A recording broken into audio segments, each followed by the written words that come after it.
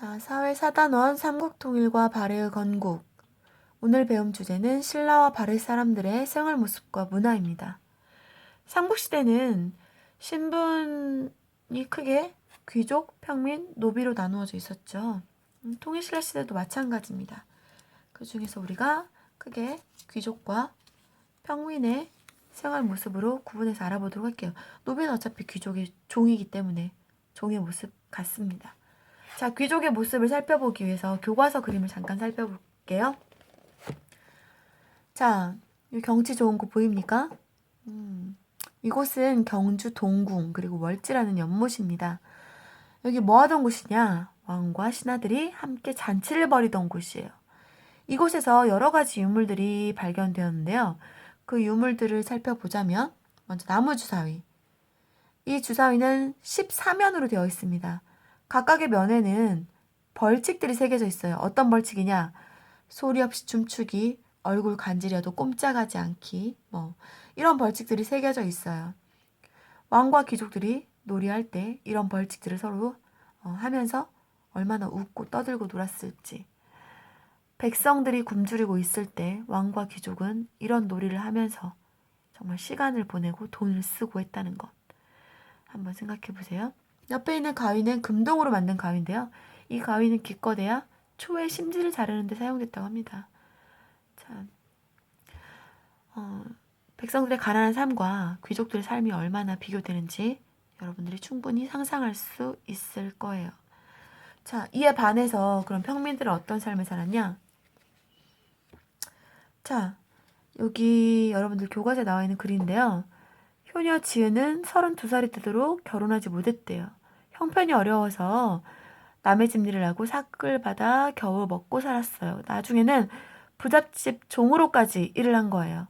평민인데 돈이 없으니까 부모님을 봉양하기 위해서. 자, 그래서 이 사실을 알고 어머니와 지은이 함께 대성통곡하며 울었다는 그런 글입니다.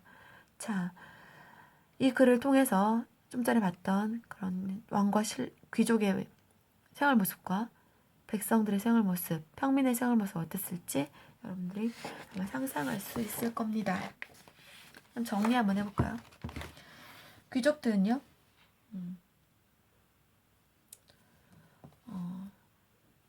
사치와 향락을 즐겼죠. 왜냐면 토지도 많고 노비도 많고 그리고 밥은 그때 당시에 숯불로 지은 밥을 먹었대요. 근데 숯이 귀합니다. 근데 숯불로 지은 밥을 먹었다는 건 그만큼 고급스럽게 살았다는 걸 알 수 있겠죠. 자, 그럼 이에 반해서 평민들은 뭐 했습니까? 우리 알고 있잖아요. 보통 때는 농사 지어요. 그리고 세금도 많이 냅니다. 또 군사 훈련도 받고요. 전쟁 대비해서 성을 짓거나 궁을 짓거나 하면 가서 일을 하죠. 그리고 밥은 맛있는 거 좋은 거 먹었겠습니까? 그리고 또 평소에는 초가집이나 나무로 만든 그런 허름한 집에서 살았다고 합니다. 자, 이렇게 신라의 귀족과 평민으로 나누어서 생활 모습 알아봤고요. 자, 그럼 두 번째로 신라는요.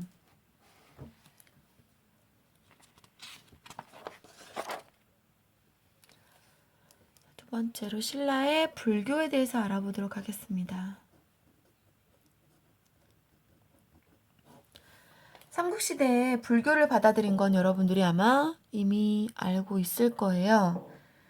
자, 이 불교는요, 나라에서 백성들의 마음을 하나로 모으기 위해서 굉장히 중요했다고 이미 얘기한 바 있습니다. 자, 이때 당시에 유명했던 승려 2명을 중심으로 알아보도록 할게요. 한 사람은 원효대사, 한 사람은 의상대사입니다. 자, 여러분들 원효대사는 이걸로 잘 알고 있을 거야. 바로 해골물. 한국을 빛낸 100명의 위인들 노래에 나오죠. 원효대사 해골물이라고 나오죠. 자, 그럼 원효대사에 대해서 먼저 알아볼게요. 원효대사는 자, 중요한 게 화쟁사상과 불교 대중화입니다. 화쟁사상이 뭐냐? 자, 이게 바로 해골물과 연결되는 거예요. 해골물. 원효대사가 의상대사하고 굉장히 친했어요. 두 사람은 8살 차이가 난다고 합니다. 원효대사가 좀 더 나이가 많고요. 의상이 원효를 이제 사형으로 모시는 그런 입장이었다고 해요. 두 사람이 불교에 대해서 더 공부하고 싶어서 당나라로 갔어요. 당나라로 유학을 가기 위해서 가던 길에 자, 밤이 늦고 해서 가다가 어느 동굴 안에 들어가게 됩니다. 동굴 안에 들어가서 잠을 자는데 이제 오랜 길을 걷고 또 힘들고 목도 타고 막 그런 거예요. 이제 잠을 자려고 들어갔는데 그 안에 너무 목이 말랐는데 물이 있는 거예요. 바가지. 그래서 원효대사가 그 물을 먹었어요. 어때? 목마르니까 진짜 맛있게 시원하게 먹었겠죠? 그리고 성대사도 같이 물을 먹었습니다. 자, 그리고 이제 피곤하니까 잠이 깊이 들었어. 다음날 아침 일어나 보니까 원효대사와 의상대사가 먹었던 물이요.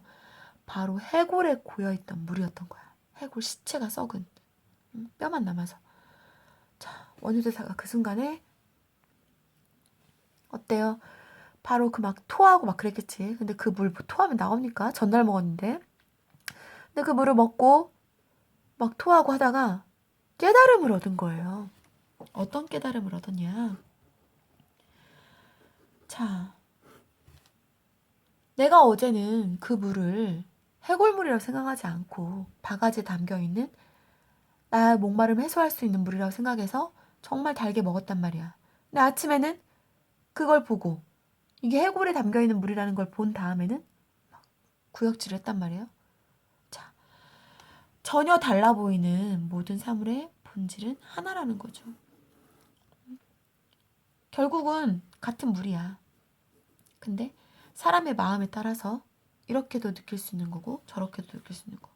자, 그게 바로 화쟁사상입니다. 여러분들은 이 내용을 자세히 알 필요는 없어요.